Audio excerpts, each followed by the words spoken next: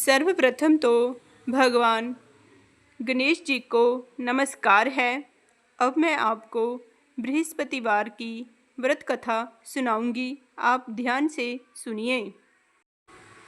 भारतवर्ष में एक प्रतापी और दानी राजा राज्य करता था। वह नित्य गरीबों और ब्राह्मणों की सहायता करता था। यह बात उसकी रानी को अच्छी नहीं लगती थी। वह ना ही गरीबों को दान देती, ना ही भगवान का पूजन करती थी और राजा को भी दान देने से मना किया करती थी।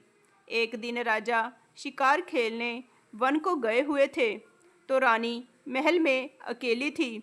उसी समय बृहस्पति देव साधु वेश में राजा के महल में भिक्षा मांगने के लिए गए और भिक्षा मांगी।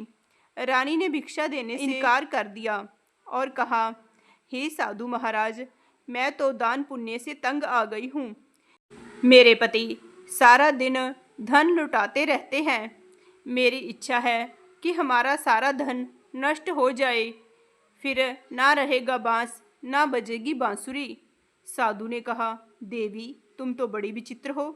धन संतान तो सभी चाहते हैं, पुत्र और लक्ष्मी तो पापी के घर भी होने चाहिए।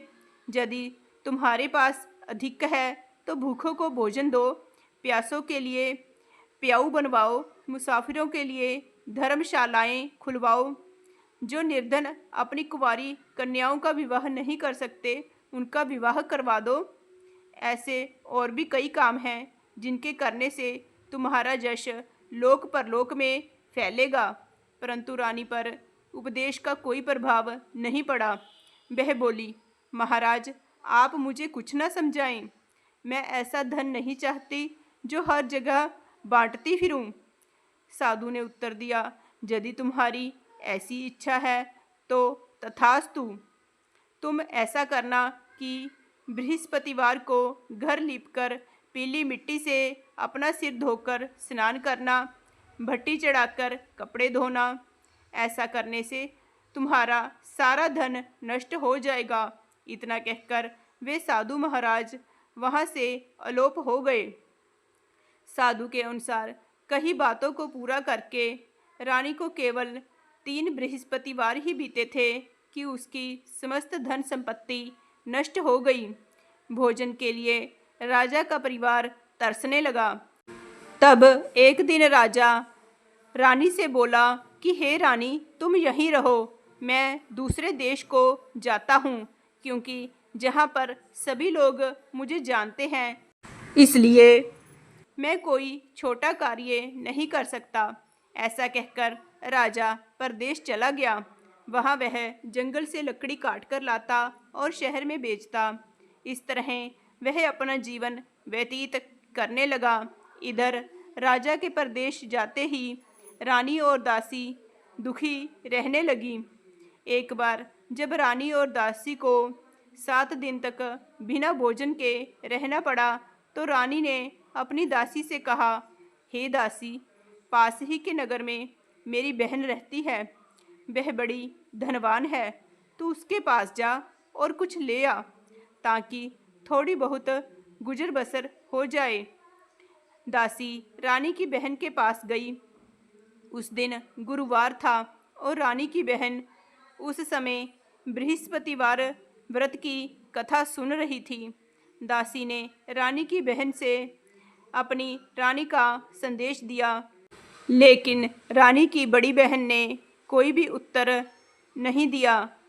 जब दासी को रानी की बहन से कोई उत्तर नहीं मिला, तो वह बहुत दुखी हुई और उसे क्रोध भी आया। दासी ने वापस आकर रानी को सारी बात बता दी। सुनकर रानी ने अपने भाग्य को कोसा। उधर रानी की बहन ने सोचा कि मेरी बहन की दासी आई थी, परंतु मैं उससे कुछ नहीं बोली, इससे वह बहुत दुखी हुई होगी। कथा सुनकर और पूजन समाप्त करके वह अपनी बहन के घर आई और कहने लगी, हे बहन, मैं बृहस्पतिवार का व्रत कर रही थी। तुम्हारी दासी मेरे घर आई थी, परंतु जब तक कथा होती है तब तक ना तो उठते हैं और ना ही बोलते हैं, इसलिए मैं भी नहीं बोली। कहो दासी, क्यों गई थी? रानी बोली, बहन, तुमसे क्या छिपाऊं? हमारे घर में खाने तक को अनाज नहीं है। ऐसा कहते कहते रानी की आंखें भर आई। उसने दासी समेत पिछले 7 दिनों से भूखे रहने तक की बात अपनी बहन को विस्तार पूर्वक बता दी। रानी की बहन बोली, देखो बहन, भगवान बृहस्पति देव सबकी मनोकामना को पूर्ण करते हैं। देखो, शायद तुम्हारे घर में अनाज रखा हो। पहले तो रानी को विश्वास नहीं हुआ, पर बहन के आग्रह करने पर उसने अपनी दासी को अंदर भेजा तो उसे सचमुच अनाज से भरा एक घड़ा मिल गया। यह देखकर दासी को बड़ी हैरानी हुई। दासी रानी से कहने लगी, हे रानी, जब हमको भोजन नहीं मिलता तो हम व्रत ही तो करते हैं, इसलिए क्यों ना इनसे व्रत और कथा की विधि पूछ ली जाए ताकि हम भी व्रत कर सकें। तब रानी ने अपनी बहन से बृहस्पतिवार व्रत के बारे में पूछा। उसकी बहन ने बताया, बृहस्पतिवार के व्रत में चने की दाल और मुनक्का से भगवान विष्णु जी का पूजन करना चाहिए। केले की जड़ में पूजन करें तथा दीपक जलाएं, व्रत कथा सुनें और पीला भोजन ही करें। इससे बृहस्पति देव प्रसन्न होते हैं। व्रत और पूजन विधि बताकर रानी की बहन अपने घर को लौट गई। 7 दिन के बाद जब गुरुवार आया तो रानी और दासी ने व्रत रखा। गुड़साल में जाकर चना और गुड़ लेकर आई, फिर उससे केले की जड़ तथा विष्णु भगवान का पूजन किया। अब पीला भोजन कहाँ से आए, इस बात को लेकर दोनों बहुत दुखी थी। क्योंकि उन्होंने व्रत रखा था, इसलिए बृहस्पति देव उनसे प्रसन्न थे। इसलिए वे एक साधारण व्यक्ति का रूप धारण कर 2 थालों में सुंदर पीला भोजन दासी को दे गए। भोजन पाकर दासी प्रसन्न हुई और फिर रानी के साथ मिलकर भोजन ग्रहण किया। उसके बाद वे सभी गुरुवार को व्रत और पूजन करने लगी। बृहस्पति देव की कृपा से उनके पास फिर से धन संपत्ति आ गई, परंतु रानी फिर से पहले की तरह आलस्य करने लगी। तब दासी बोली, देखो रानी, तुम पहले भी इस प्रकार आलस्य करती थी।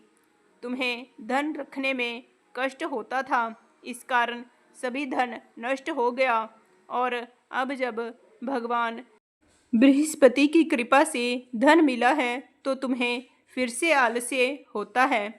रानी को समझाते हुए दासी कहती है कि बड़ी मुसीबतों के बाद हमने यह धन पाया है, इसलिए हमें दान पुण्य करना चाहिए, भूखे मनुष्यों को भोजन कराना चाहिए और धन को शुभ कार्यों में खर्च करना चाहिए, जिससे तुम्हारे कुल का यश बढ़ेगा, स्वर्ग की प्राप्ति होगी और पितृ प्रसन्न होंगे।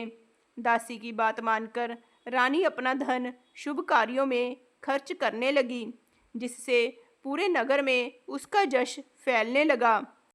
एक दिन राजा दुखी होकर जंगल में एक पेड़ के नीचे आसन जमाकर बैठ गया।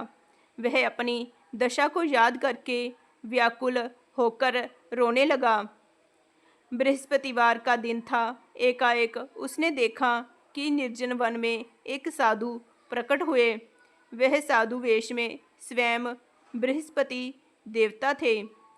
लकड़हारे के सामने आकर वे बोले, हे लकड़हारे, इस सुनसान जंगल में तू चिंतामग्न क्यों बैठा है? लकड़हारे ने दोनों हाथ जोड़कर प्रणाम किया और उत्तर दिया, महात्मा जी, आप सब कुछ जानते हैं, मैं क्या कहूँ? यह कहकर वह रोने लगा और साधु को अपनी आत्मकथा सुनाई। महात्मा जी ने कहा, तुम्हारी स्त्री ने बृहस्पति के दिन बृहस्पति भगवान का निरादर किया है, जिसके कारण रुष्ट होकर उन्होंने तुम्हारी यह दशा कर दी। अब तुम चिंता को दूर करके मेरे कहने पर चलो तो तुम्हारे सब कष्ट दूर हो जाएंगे और भगवान पहले से भी अधिक संपत्ति देंगे। तुम बृहस्पति के दिन कथा किया करो। 2 पैसे के चने मुनक्का लाकर उसका प्रसाद बनाओ और शुद्ध जल से लोटे में शक्कर मिलाकर अमृत तैयार करो। कथा के पश्चात अपने सारे परिवार और सुनने वाले प्रेमियों में अमृत व प्रसाद बांटकर आप भी ग्रहण करो। ऐसा करने से भगवान तुम्हारी सब मनोकामनाएं पूरी करेंगे। साधु के ऐसे वचन सुनकर लकड़हारा बोला, हे प्रभु, मुझे लकड़ी बेचकर इतना पैसा नहीं मिलता जिससे भोजन के उपरांत कुछ बचा सकूं। मैंने रात्रि में अपनी स्त्री को व्याकुल देखा। मेरे पास कुछ भी नहीं जिससे मैं उसकी खबर मंगा सकूं। साधु ने कहा, हे लकड़हारे, तुम किसी बात की चिंता मत करो। बृहस्पति के दिन तुम रोजाना की तरह लकड़ियां लेकर शहर को जाओ। तुमको रोज से दुगना धन प्राप्त होगा, जिससे तुम भली भांति भोजन कर लोगे तथा बृहस्पति देव की पूजा का सामान भी आ जाएगा। इतना कहकर साधु अंतर ध्यान हो गए। धीरे धीरे समय व्यतीत होने पर फिर वही बृहस्पतिवार का दिन आया। लकड़हारा जंगल से लकड़ी काटकर किसी शहर में बेचने गया। उसे उस दिन और दिनों से अधिक पैसा मिला। राजा ने चना गुड़ आदि लाकर गुरुवार का व्रत किया। उस दिन से उसके सभी क्लेश दूर हुए। परंतु जब दोबारा गुरुवार का दिन आया तो वह बृहस्पतिवार का व्रत करना भूल गया। इस कारण बृहस्पति भगवान नाराज हो गए। उस दिन उस नगर के राजा ने विशाल यज्ञ का आयोजन किया तथा शहर में यह घोषणा करा दी कि कोई भी मनुष्य अपने घर में भोजन ना बनावे, ना ही आग जलावे। समस्त जनता मेरे यहाँ भोजन करने आवे। इस आज्ञा को जो ना मानेगा उसे फांसी की सजा दी जाएगी। इस तरह की घोषणा संपूर्ण नगर में करवा दी गई। राजा की आज्ञा अनुसार शहर के सभी लोग भोजन करने गए, लेकिन लकड़हारा कुछ देर से पहुंचा, इसलिए राजा उसको अपने साथ घर ले गए और ले जाकर भोजन करा रहे थे तो रानी की दृष्टि उस खूंटी पर पड़ी जिस पर उसका हार लटका हुआ था। वह वहाँ पर दिखाई नहीं दिया। रानी ने निश्चय किया कि मेरा हार इस मनुष्य ने चुरा लिया है। उसी समय सिपाहियों को बुलाकर उसको कारागार में डलवा दिया। जब लकड़हारा कारागार में पड़ गया और बहुत दुखी होकर विचार करने लगा कि ना जाने कौन से पूर्व जन्म के कर्म के कारण मुझे यह दुख प्राप्त हुआ है, और उसी साधु को याद करने लगा जो कि जंगल में मिला था।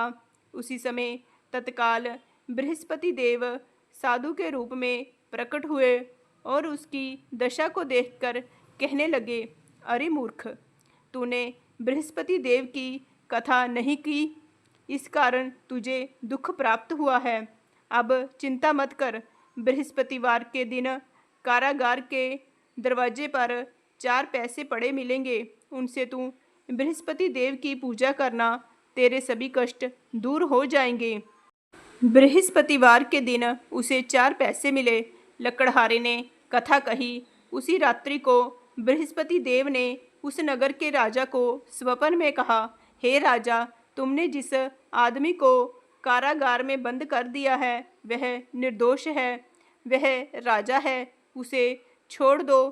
रानी का हार उसी खूंटी पर लटका है। अगर तू ऐसा नहीं करेगा तो मैं तेरे राज्य को नष्ट कर दूंगा। इस तरह रात्रि के स्वप्न को देखकर राजा प्रातःकाल उठा और खूंटी पर हार देखकर लकड़हारे को बुलाकर माफ़ी मांगी और लकड़हारे को योग्य सुंदर वस्त्र आभूषण देकर विदा कर दिया। बृहस्पति देव की आज्ञा अनुसार लकड़हारा अपने नगर को चला गया। राजा जब अपने नगर के निकट पहुंचा तो उसे बड़ा आश्चर्य हुआ। नगर में पहले से अधिक बाग, तालाब, कुएं तथा बहुत सी धर्मशाला, मंदिर आदि बनी हुई थी। राजा ने पूछा कि यह किसका बाग और धर्मशाला है। तब नगर के सब लोग कहने लगे कि यह सब रानी और बांदी के हैं। तो राजा को आश्चर्य हुआ और गुस्सा भी आया। जब रानी ने यह खबर सुनी कि राजा आ रहे हैं तो उन्होंने बांदी से कहा कि हे दासी, देख राजा हमको कितनी बुरी हालत में छोड़ गए थे। हमारी ऐसी हालत देखकर वह लौट न जाएं, इसलिए तू दरवाजे पर खड़ी हो जा। आज्ञा अनुसार दासी दरवाजे पर खड़ी हो गई। राजा आए तो उन्हें अपने साथ ले आई। तब राजा ने क्रोध करके अपनी रानी से पूछा कि यह धन तुम्हें कैसे प्राप्त हुआ है। तब उन्होंने कहा, हमें यह सब धन बृहस्पति देव के इस व्रत के प्रभाव से प्राप्त हुआ है। राजा ने निश्चय किया कि 7 रोज बाद तो सभी बृहस्पति देव का पूजन करते हैं, परंतु मैं प्रतिदिन दिन में 3 बार कहानी तथा रोज व्रत किया करूँगा। अब हर समय राजा के दुपट्टे में चने की दाल बंधी रहती तथा दिन में 3 बार कहानी कहता। एक रोज राजा ने विचार किया कि चलो अपनी बहन के यहाँ हो आवे। इस तरह निश्चय करके राजा घोड़े पर सवार हो अपनी बहन के यहाँ को चलने लगा। मार्ग में उसने देखा कि कुछ आदमी एक मुर्दे को लिए जा रहे हैं। उन्हें रोककर राजा कहने लगा, अरे भाइयों, मेरी बृहस्पति देव की कथा सुन लो। वे बोले, लो, हमारा तो आदमी मर गया है, इसको अपनी कथा की पड़ी है। परंतु कुछ आदमी बोले, अच्छा कहो, हम तुम्हारी कथा भी सुनेंगे। राजा ने दाल निकाली और जब कथा आधी हुई कि मुर्दा हिलने लग गया और जब कथा समाप्त हो गई तो राम राम करके मनुष्य उठकर खड़ा हो गया। आगे मार्ग में उसे एक किसान खेत में हल चलाता मिला। राजा ने उसे देखकर उससे कहा, अरे भैया, तुम मेरी बृहस्पतिवार की कथा सुन लो। किसान बोला, जब तक मैं तेरी कथा सुनूंगा तब तक 4 हरैया जोत लूँगा। जा अपनी कथा किसी और को सुनाना। इस तरह राजा आगे चलने लगा। राजा के हटते ही बैल पछाड़ खाकर गिर गए तथा किसान के पेट में बड़ी जोर का दर्द होने लगा। उस समय उसकी माँ रोटी लेकर आई। उसने जब यह देखा तो अपने पुत्र से सब हाल पूछा और बेटे ने सभी हाल कह दिया। तो बुढ़िया दौड़ी दौड़ी उस घुड़सवार के पास गई और उससे बोली कि मैं तेरी कथा सुनूंगी, तू अपनी कथा मेरे खेत पर चलकर ही कहना। राजा ने बुढ़िया के खेत पर जाकर कथा कही, जिसके सुनते ही वह बैल उठ खड़े हुए तथा किसान के पेट का दर्द भी बंद हो गया। राजा अपनी बहन के घर पहुंचा। बहन ने भाई की खूब मेहमानी की। दूसरे रोज प्रातःकाल राजा जगा तो वह देखने लगा कि सब लोग भोजन कर रहे हैं। राजा ने अपनी बहन से कहा, ऐसा कोई मनुष्य है जिसने भोजन नहीं किया हो? मेरी बृहस्पतिवार की कथा सुन ले। बहन बोली, हे भैया, यह देश ऐसा ही है कि पहले यहाँ लोग भोजन करते हैं, बाद में अन्य काम करते हैं। अगर कोई पड़ोस में हो तो देख आऊँ। वह ऐसा कहकर देखने चली गई, परंतु उसे कोई भी व्यक्ति नहीं मिला जिसने भोजन नहीं किया हो। अतः वह एक कुम्हार के घर गई जिसका लड़का बीमार था। उसे मालूम हुआ कि उनके यहाँ 3 रोज से किसी ने भोजन नहीं किया है। रानी ने अपने भाई की कथा सुनने के लिए कुम्हार से कहा। वह तैयार हो गया। राजा ने जाकर बृहस्पतिवार की कथा कही, जिसको सुनकर उसका लड़का ठीक हो गया अब तो राजा की प्रशंसा होने लगी। एक रोज राजा ने अपनी बहन से कहा कि हे बहन, हम अपने घर को जाएंगे, तुम भी तैयार हो जाओ। राजा की बहन ने अपनी सास से कहा। सास ने कहा, हाँ चली जा, परंतु अपने लड़कों को मत ले जाना, क्योंकि तेरे भाई के कोई औलाद नहीं है। बहन ने अपने भैया से कहा, हे भैया, मैं तो चलूँगी, पर कोई बालक नहीं जाएगा। राजा बोला, जब कोई बालक नहीं चलेगा तब तुम भी वहाँ क्या करोगी? बड़े दुखी मन से राजा अपने नगर को लौट आया। राजा ने अपनी रानी से कहा, हम निर्वंशी हैं, हमारा मुँह देखने का धर्म नहीं है और कुछ भोजन आदि नहीं किया। रानी बोली, हे प्रभु, बृहस्पति देव ने हमें सब कुछ दिया है, वह हमें संतान भी अवश्य देंगे। उसी रात को बृहस्पति देव ने राजा के स्वप्न में कहा, हे राजा, उठ, सभी सोच त्याग दे, तेरी रानी गर्भ से है। राजा को यह बात सुनकर बड़ी खुशी हुई। 9वें महीने में रानी के गर्भ से एक सुंदर पुत्र उत्पन्न हुआ। तब राजा बोला, हे रानी, स्त्री बिना भोजन के रह सकती है, पर बिना कहे नहीं रह सकती। जब मेरी बहन आएगी तुम उससे कुछ मत कहना। रानी ने यह सब सुनकर हाँ कर दी।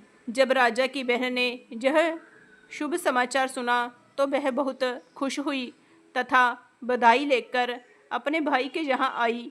तभी रानी ने कहा, घोड़ा चढ़कर तो नहीं आई, गधा चढ़ी आई। राजा की बहन बोली, भाभी, मैं इस प्रकार ना कहती तो तुम्हें औलाद कैसे मिलती? बृहस्पति देव ऐसे ही हैं, जैसी जिसके मन में कामनाएं हैं सभी को पूर्ण करते हैं। जो सद्भावना पूर्वक बृहस्पतिवार का व्रत करता है एवं कथा पढ़ता है अथवा सुनता है, दूसरों को सुनाता है, बृहस्पति देव उसकी सभी मनोकामनाएं पूर्ण करते हैं। बोलिए बृहस्पति देव की जय, विष्णु भगवान की जय। जय श्री कृष्ण।